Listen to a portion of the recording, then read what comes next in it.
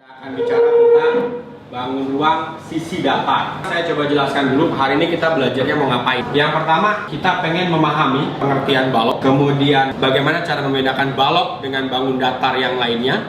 Kemudian yang kedua, bagaimana mengetahui unsur-unsur pada balok. Dan juga yang ketiga adalah mampu melakukan pengukuran pada unsur-unsur pada balok, terutama pada luas permukaan dan volume. Ini bagaimana bangun ruang ada di dalam Al-Quran. Allah mengatakan wasari'u ila magfiratin min rabbikum wa jannatin arduha samawati uiddat lil muttaqin.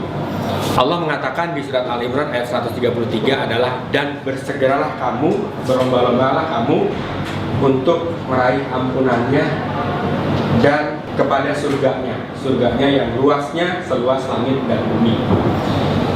Message atau pesan dari ayat ini adalah kita untuk segera meraih ampunan Allah Subhanahu wa Ta'ala. Tapi kaitannya dengan pelajaran ini, ayat ini menggunakan kata-kata seluas langit dan bumi. Ternyata Al-Quran menggunakan kalimat seluas. Seluas itu artinya adalah bahasa math, bahasa matematik yang kita gunakan untuk memahami sebuah bangun, apakah itu bangun ruang, apakah itu bangun dimensi 2, bangun datar.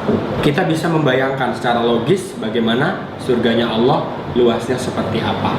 Itu pesan dari surat Al-Imran ayat 133 tentang bagaimana bicara luas, yang itu kaitannya dengan bangun ruang sisi datar. Yang selanjutnya, Pak Hamid coba review yang kemarin kita kubus itu setidaknya ada 6.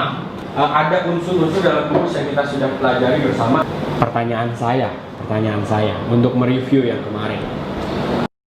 Kalau kubus punya A cm, maka panjang seluruh rusuknya 12A. Good, Nabila.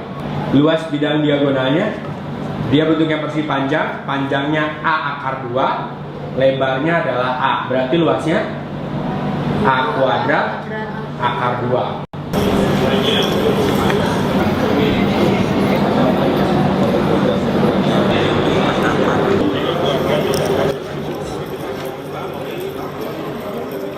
Luas permukaan itu beda nggak sama keliling?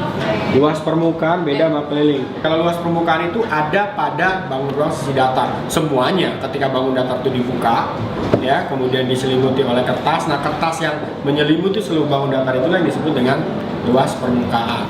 Setelah melihat video tersebut, Bapak minta kamu dengan kelompok kalian untuk membuat kesimpulan atau deskripsi hasil apa yang kamu lihat dari video tersebut. Kemudian kamu tuliskan dalam bentuk presentasi. Kamu boleh pakai aplikasi apa saja, apakah itu PowerPoint, apakah Note, atau aplikasi lainnya. Yang terpenting ketika Pak Hamid minta untuk mempresentasikan, ada perwakilan kelas yang dapat mempresentasikan hasil diskusi penarikan kesimpulan dari video yang kamu lihat. Boleh, ayo Nabila. Kan nama saya Raisa dan hari ini saya akan mempresentasikan tentang balok. Jadi balok itu adalah bangun ruang yang memiliki 3 pasang sisi. yang biru garisnya yang dari sini sampai sini kayak sisi, tapi B kuadrat tambah L kuadrat tambah C. Lebar juga harus tinggi. Jadi kita sudah bisa menyimpulkan apa itu definisi balok serta unsur-unsur balok dan juga pengukuran pada balok, ya. Pak Hamid yakin dengan video kamu membuat presentasi, bahkan dipresentasikan ke orang lain atau ke kelompok lain, itu semakin mematangkan kamu memahami tentang balok. Terima kasih, kita sudah belajar tentang bangun ruang sisi datar 2, kubus, dan juga hari ini adalah balok. Pesan saya adalah pahami bahwa belajar itu penting. Ini buat kamu. Kenapa penting? Karena dalam hidup yang terpenting itu adalah konsekuensi. Kamu paham dengan konsekuensi. Mereka yang sukses nanti, yang matematikanya dapat 100, yang dapat 90, bukan mereka yang pintar, tapi mereka yang rajin, karena mereka paham konsekuensi dari rajin itu. Terima kasih atas perhatiannya. Kita tutup dengan baca hamdalah. Alhamdulillahirabbil alamin. Assalamualaikum warahmatullahi wabarakatuh.